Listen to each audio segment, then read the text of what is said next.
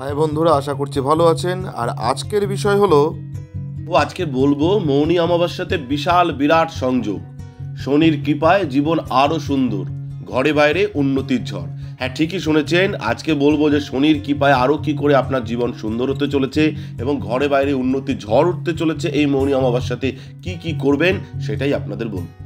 মৌনী অমাবস্যা থেকে ঘুরবে জীবন, ভরবে হাত টাকায়, এই ব্যাপারটা আপনাদের সাথে আজকে ভাগ করে নেব। মৌনী অমাবস্যায় আসছে বিরাট সংযোগ। এই দিন প্রয়াগরাজের জলাশয়ে স্নান করলে বিরাট লাভ হতে পারে, এটা কিন্তু মাথায় রাখবেন। বর্ণিত আছে এই দিনে দেব এবং পিতৃপুরুষের মহামিলন হয়ে থাকে। একই সঙ্গে ঋষিপুত্র মনুর জন্মদিন। কথিত আছে এই দিন ব্রত পালন করে দান করলে জীবন অত্যন্ত সুন্দর হতে চলেছে। সকালে স্নান করে দান করলে অক্ষয় পুণ্য লাভ হতে পারে। একই সঙ্গে এই দিন শনিকে সন্তুষ্ট করলে ঢাইয়া ও সাড়ে সাতির সমস্যা থেকে অতি সহজেই জীবনে মুক্তি পাওয়া যায়। শনির মহাদশা ঢাইয়া ও সাড়ে সাতির হাত থেকে অতি সহজেই মুক্তি পাওয়া সম্ভব। বৈদিক শাস্ত্র মতে মৌনী অমাবস্যা পড়েছে আগামী 9 ফেব্রুয়ারি 2024, অর্থাৎ 2024-এর 9 ফেব্রুয়ারি পড়েছে। সকাল 8টা 1 মিনিটে শুরু হবে, চলবে পরের দিন অর্থাৎ 10ই ফেব্রুয়ারি 2024 ভোর 4টে 29 মিনিট পর্যন্ত।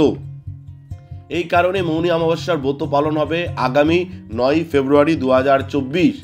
একই সঙ্গে ঢাইয়ার মহাচাপ চলছে বৃশ্চিক ও মীনের, ফলে বিশাল পরিমাণে চাপ চলছে জাতক জাতিকাদের জীবনে।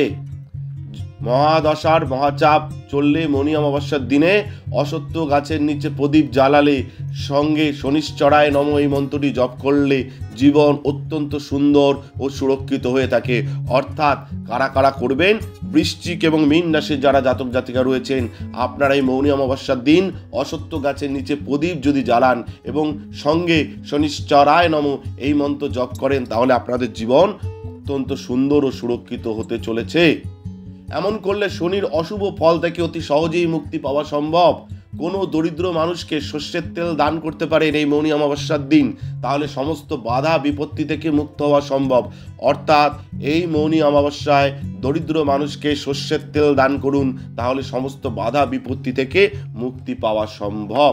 এবং মৌনী অমাবস্যার দিনে কালো তিল, আটা ও চিনি মিশিয়ে পিঁপড়েদের খাওয়ালে বিরাট ভালো ফল পাওয়া সম্ভব।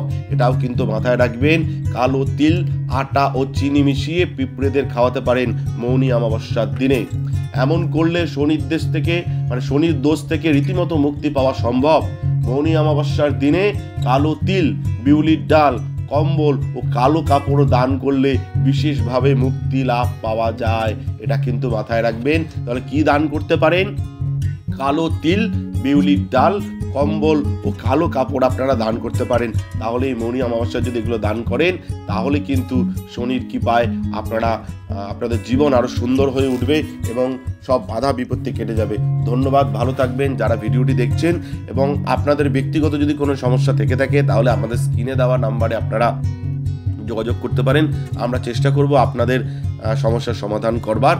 জয় শিব শম্ভু, হর হর মহাদেব, ওম নমঃ শিবায়। ভালো থাকবেন। যারা ভিডিওটি দেখছেন অবশ্যই লিখবেন জয় শনিদেবের জয়। ধন্যবাদ, ভালো থাকবেন।